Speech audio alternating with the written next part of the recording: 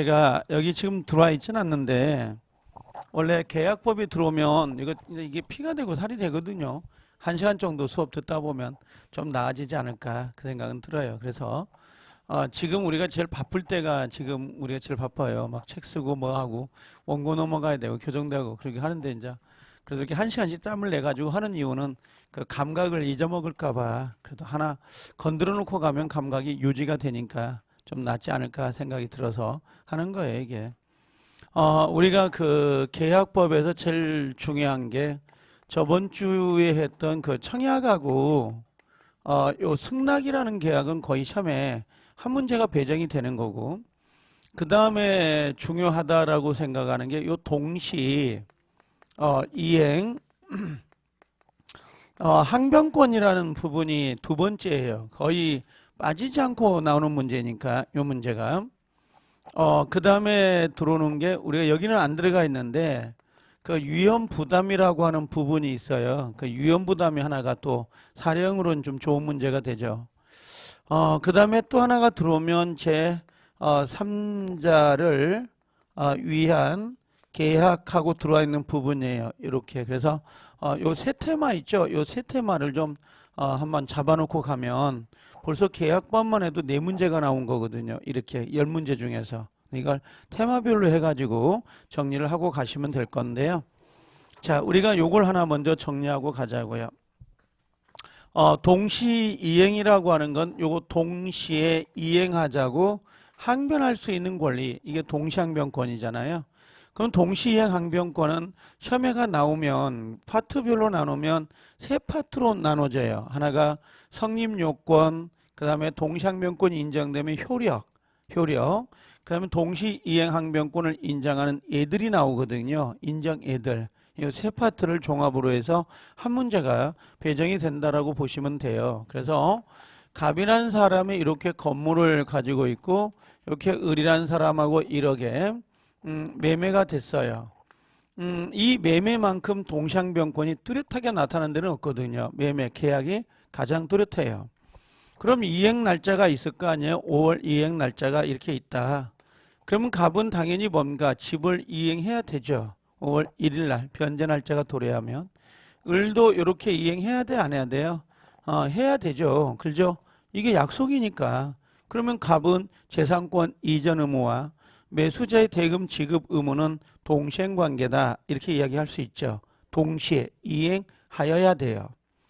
만약에 채무자가 자기 채무를 이행하지 않는다든지 또 을이라는 사람이 채무를 이행하지 않는다면 나는 당신이 채무를 이행할 때까지 내 채무를 이행하지 못하겠습니다 라고 거절할 수 있어요, 없어요? 있어요. 그걸 동시에 이행하자고 항변한다, 주장할 수 있다. 요걸 동시항변권 그러는데, 자, 동시이행 항변권이 성립되려면 나름 성립 요건이 있어요. 그 성립 요건을 지문화 시켜가지고 문제를 내는 건데, 자, 첫 번째가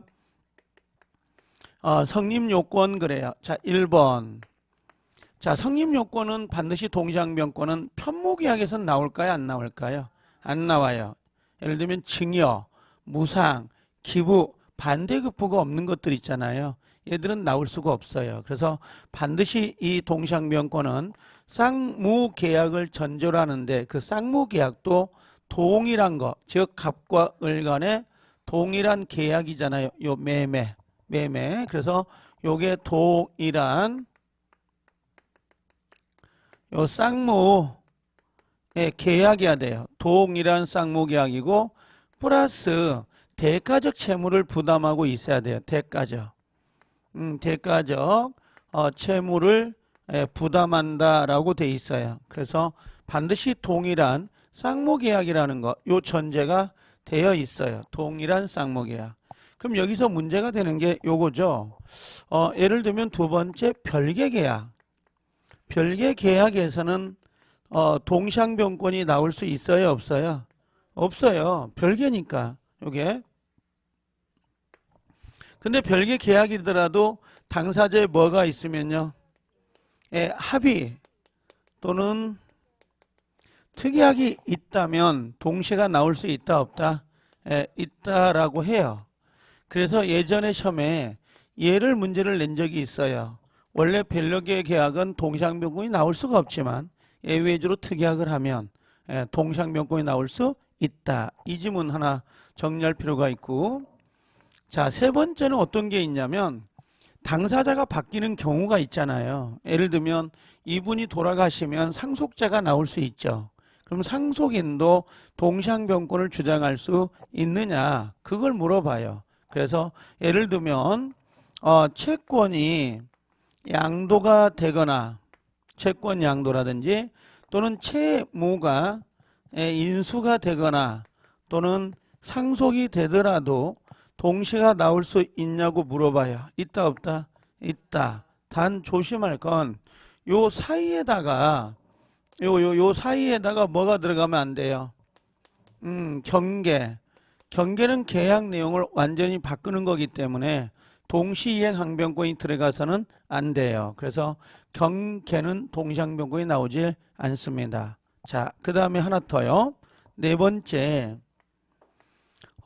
주된 계약이 아니라 별개 계약 있잖아요. 별개 계약. 그러면 별개 계약은, 아니 별개가 아니라 그 부수적인 거요. 자, 부수적 채무 이행이 있어요. 그럼 부수적 채무 이행은 동시가 나와야 안 나와요? 동시가 나올 수 없죠. 예를 들면 TV를 하나 샀는데 리모컨하고 동시행 관계가 될 수 있냐? 예를 부수적인 것들. 아니면 여러분들 토지거래 허가구역에서 허가를 받는 거 있죠. 허가를 받는 것은 부수적 의무에 불과해요. 그런 것들은 동시가 나오지 않고 허가를 먼저 받아야 대금을 달라고 하거나 등기를 달라고 할 수가 있는 거예요. 그래서 부수적 채무 이행은 동시가 나오지 않습니다. 그 다음에 다섯 번째는 동시 이행 항변권이 나오려면 반드시 갑의 채무와 을의 채무가 동일한 변제 날짜의 도래가 됐어야 돼요. 변제기. 요 변제기란 말 보이죠?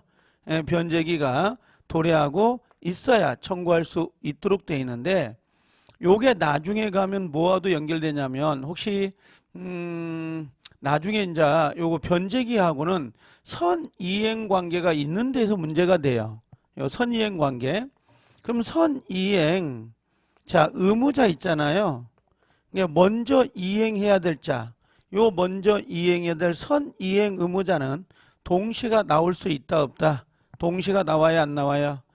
동시가 나올 수 없다, 이렇게 돼 있어요. 그래서 선이행 의무자는 동시가 나올 수 없는데 예외적으로 동시항변권이 나오는 경우가 있죠. 그걸 나중에 외우라고 해서 첫 번째는 제가 뭐라고 했냐면 질질 끌다가, 자, 두 번째 불안하면 항변할 수 있어요 없어요? 있다, 이렇게 이야기를 해요. 그래서 질질 끌다가 불안하면 항변할 수 있다라고 하는데 요 내용을 좀 이해할 필요가 있다 그랬죠. 그래서 예를 들면 그림을 그려보면 갑이란 사람과 을이란 사람이 있는데 갑의 소유권 이전, 요 집에 대한 소유권 이전은 언제가 돼요? 예를 들면 6월 1일이 돼요. 6월 1일. 근데 요 을이라는 사람은 대금 지급도 잔금은 6월 1일이 되는 거죠. 근데 요 대금 지급 날짜가 예를 들면 5월 20일 날 중도금을 선이행해야 될 경우가 생겨요. 이렇게. 그러면 이 사람이 5월 2일 날 중도금을 지불하고 갈 때 갑의 채무가 있어요 없어요? 없어요. 그럼 선이행 의무자는 동시항변권을 주장할 수 없는 거야. 상대방의 채무 이행이 없는 거니까. 이해되겠어요? 그런데 요 을이라는 사람이 5월 20일 날 중도금을 지불하지 않고 있다가 요게 질질 끌죠. 질질 끌다가 날짜가 어떻게 돼요? 6월 1일로 같아질 수가 있죠.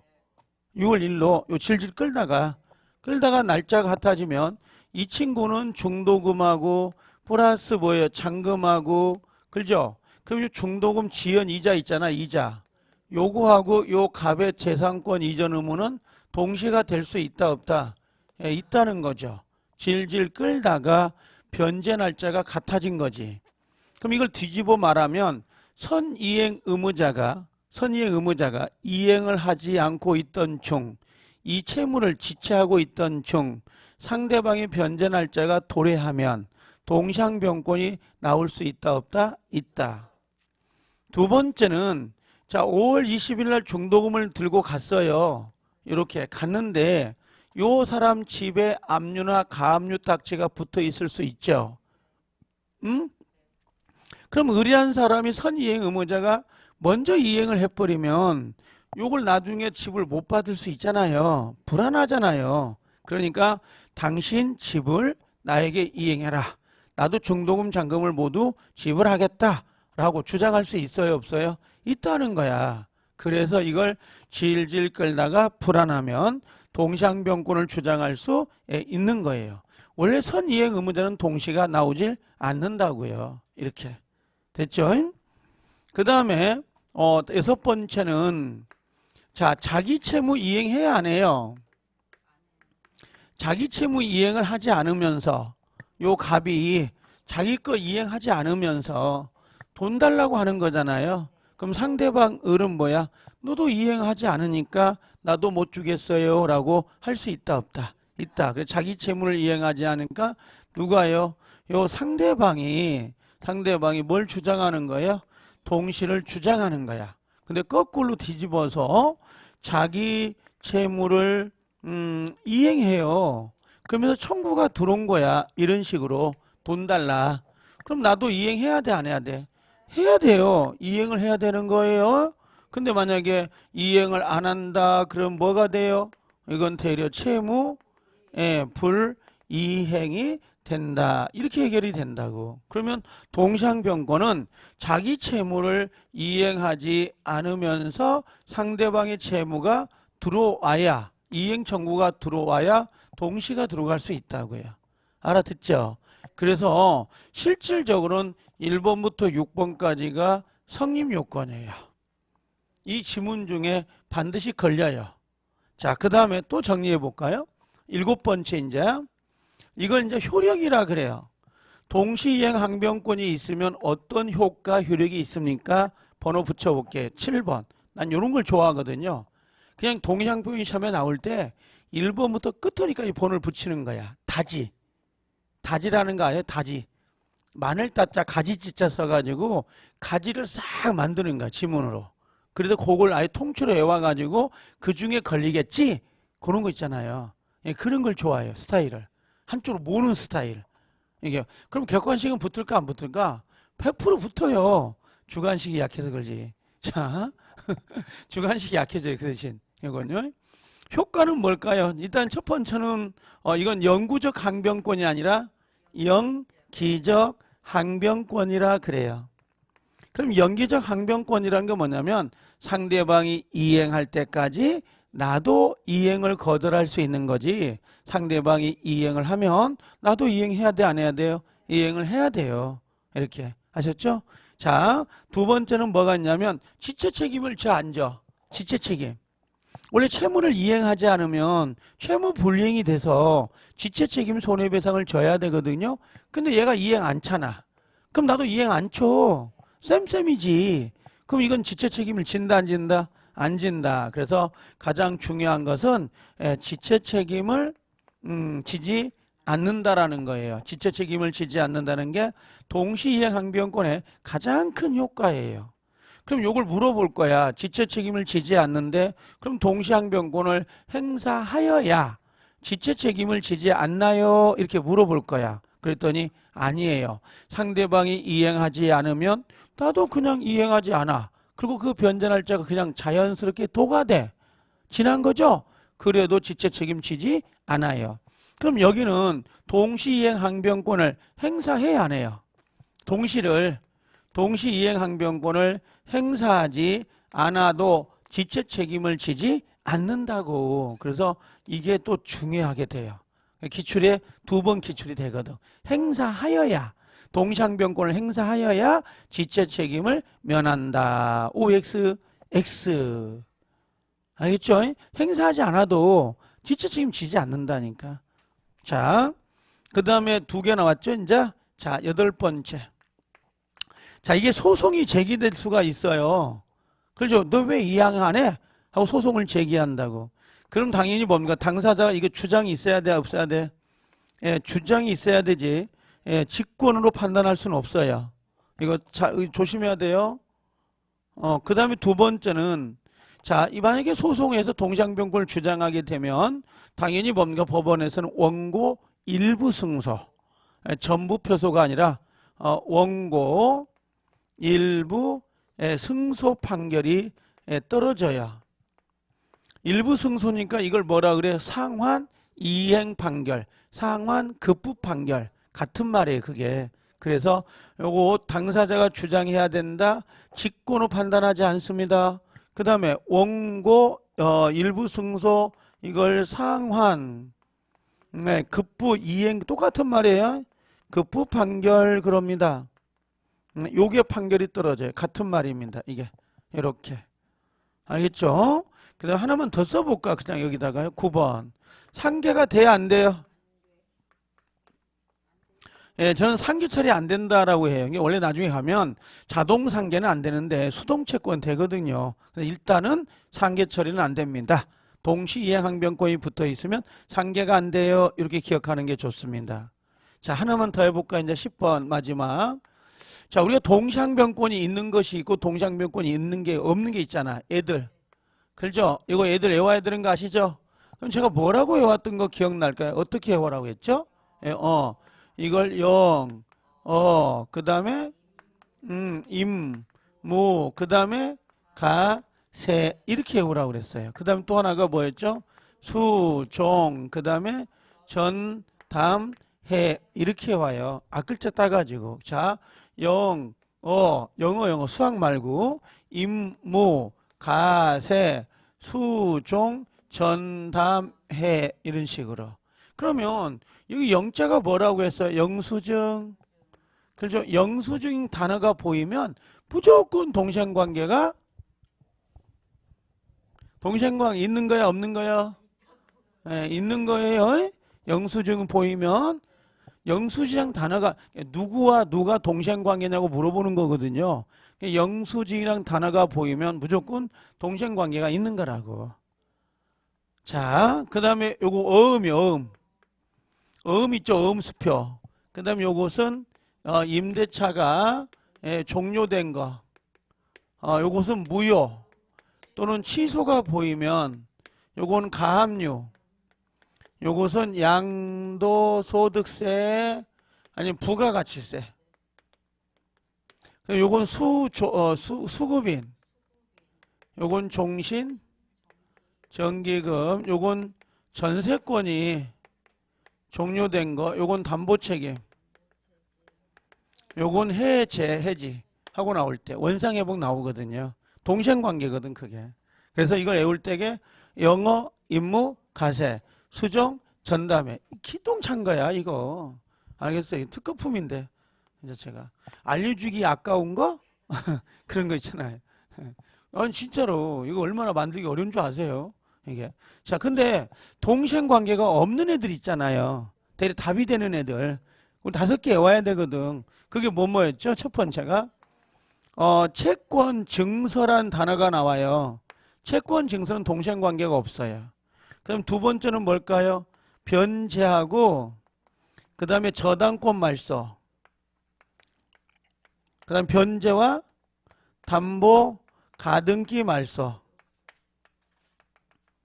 그 다음에 임차권 등기. 임차권 오케이 등기 명령. 그 다음에 오케이 토지 거래 허가. 하나 더요. 경매 무효. 이렇게 나오면 얘들은 동생관계가 있는 거다 없는 거다? 얘는 동생관계가 없는 거. 그 다음에 여기 나와 있는 거 있죠? 얘들은 동생관계가 있는 거 없는 거? 이것은 있는 거. 그럼 저는요 지금 일부러 다 썼거든요. 동시항변권이 나오는 거 안 나오는 것을 지금 1번부터 10번까지 정리한 거야.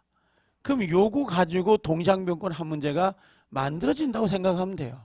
그럼 요게 어느 정도 머릿속에 있으면 나머지는 엄청 쉬운 거야. 자, 그러면 이제 나머지 요거 한번 봐볼까요? 지문 정리한 거 이제 요 프린트물 다 정리했으면요. 이제 여기에 몇 가지는 이제 빠질 수 있죠. 응용 문제가.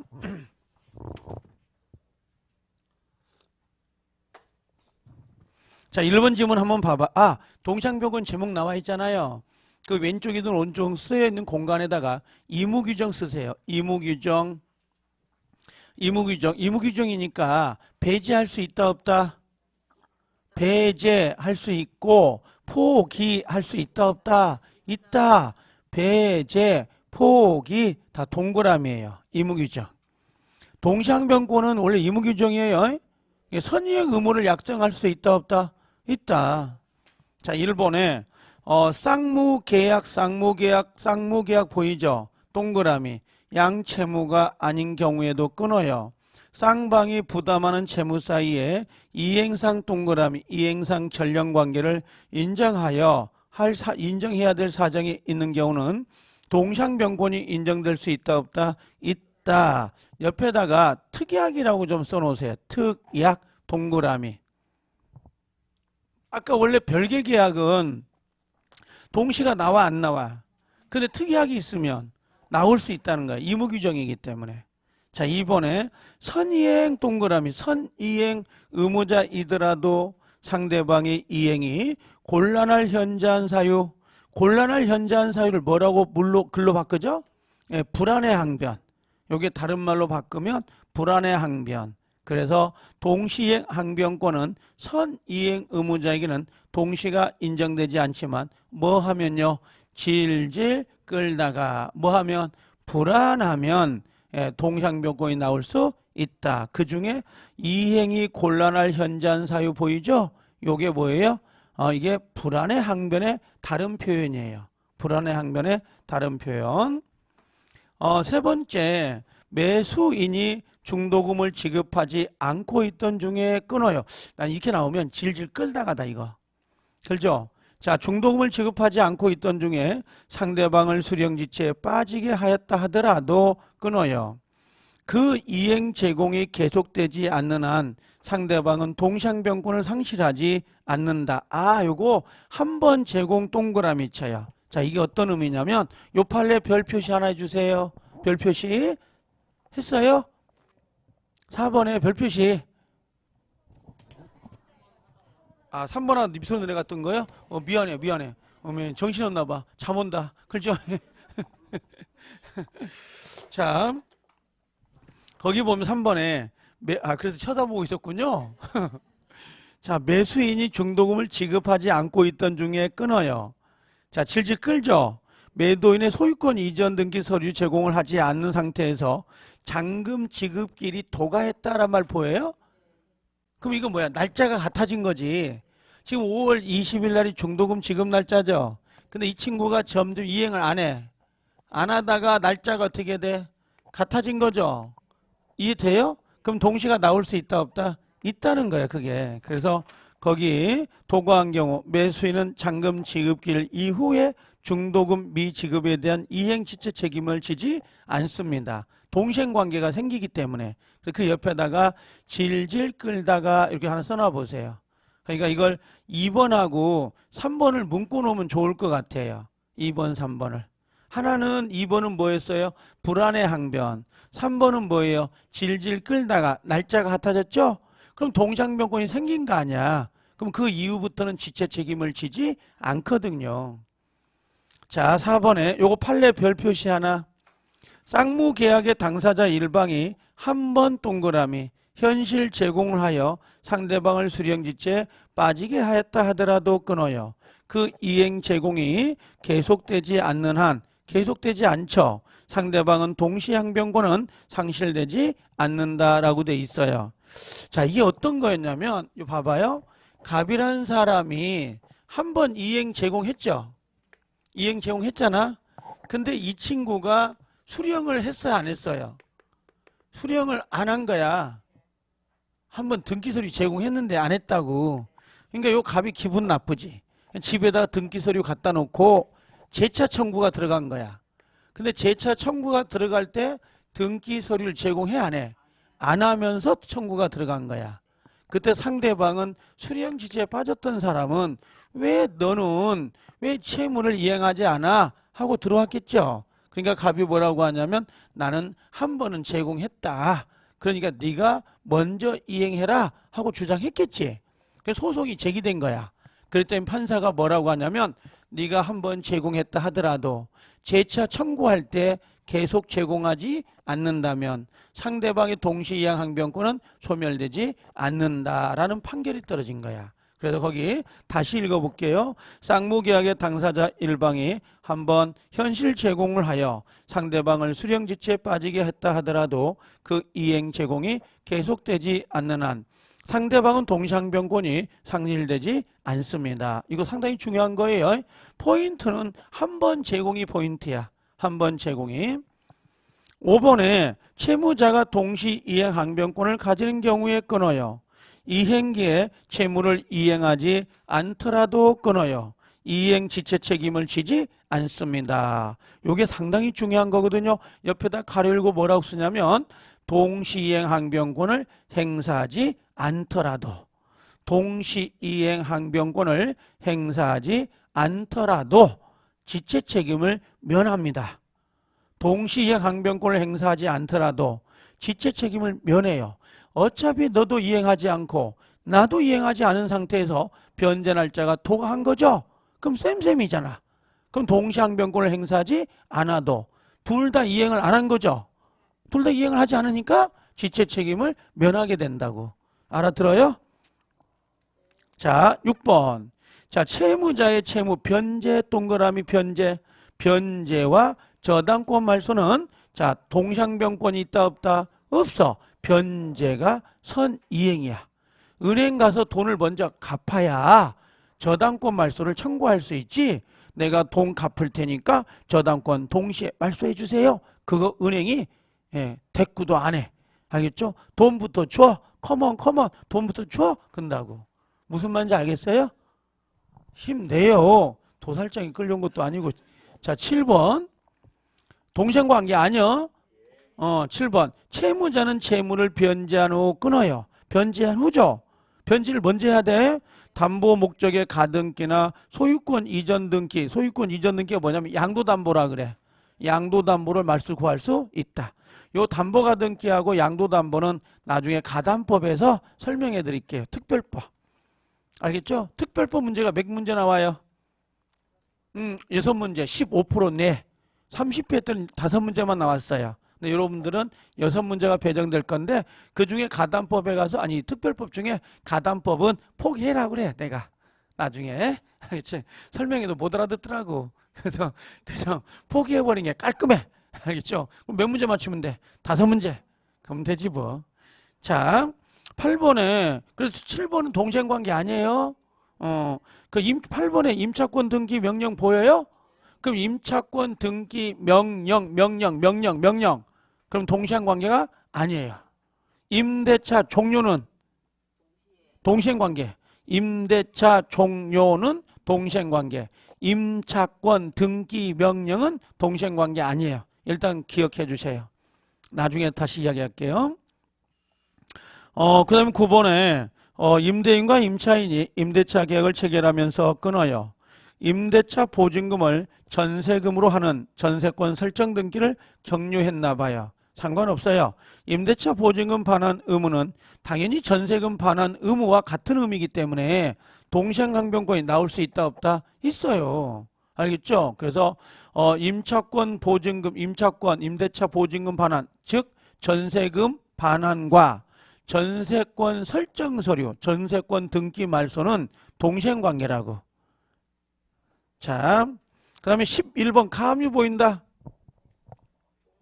가압류가 보이면 동시항변권이다 아니다요? 기다요. 알겠죠? 가압류가 보이면 동시항변권 있는 거예요. 요거 영어 임무 가 요 그렇죠? 동시항변권 있는 거예요. 그럼 임차권 등기 명령 여기 있잖아요. 동시항변은 없잖아요. 그렇죠? 아까 변제와 담보가 등기 여기 있잖아요. 동시항변권 아니에요. 무슨 말인지 알겠죠? 이거 기똥차인데 이거 외우면 이거 굳이 외울 필요 없어지거든요. 이게. 안 그런가요? 아니, 난 내가 많이 틀렸어요. 시험 볼 때. 헷갈리고, 그래서 이렇게 일부러 외워버리는 거야, 그냥. 앞대가리만 따가지고. 근데 이걸 내가 요걸 갖고 밥 먹을 줄 어떻게 알았어서, 이게 참. 자, 그럼 11번에, 여기보다는 법원에 있는 게 나은데. 자, 11번에 보면 뭐냐면, 동생관계에 있는 쌍방의 채무 중 어느 한 채무가 이행불능이 됐잖아요. 이행불능 동그라미. 이행불능이 되어 손해배상으로 손해배상 채무도 여전히 다른 채무와 동생관계에 있다라고 돼 있죠. 11번 별표시 하나. 여기 지금 여기다 제가 별표시를 몇 개 했어요. 두 개 뭐뭐 4번하고 11번. 여기다가요 4번하고 11번을 옮겨 놓으면 동시항변권이 다 나온 거야. 거의 시험에 나올 거 다 나온 거거든요. 이게. 그래서 아까 이제 요것들을 제가 지금 쭉 그냥 지문 형태로 나열을 했잖아요. 번호를 안 붙이고 이렇게. 그래서 두 개를 좀 기억해 주시면 편해집니다. 알겠죠? 자, 좀 쉬어요. 힘드니까.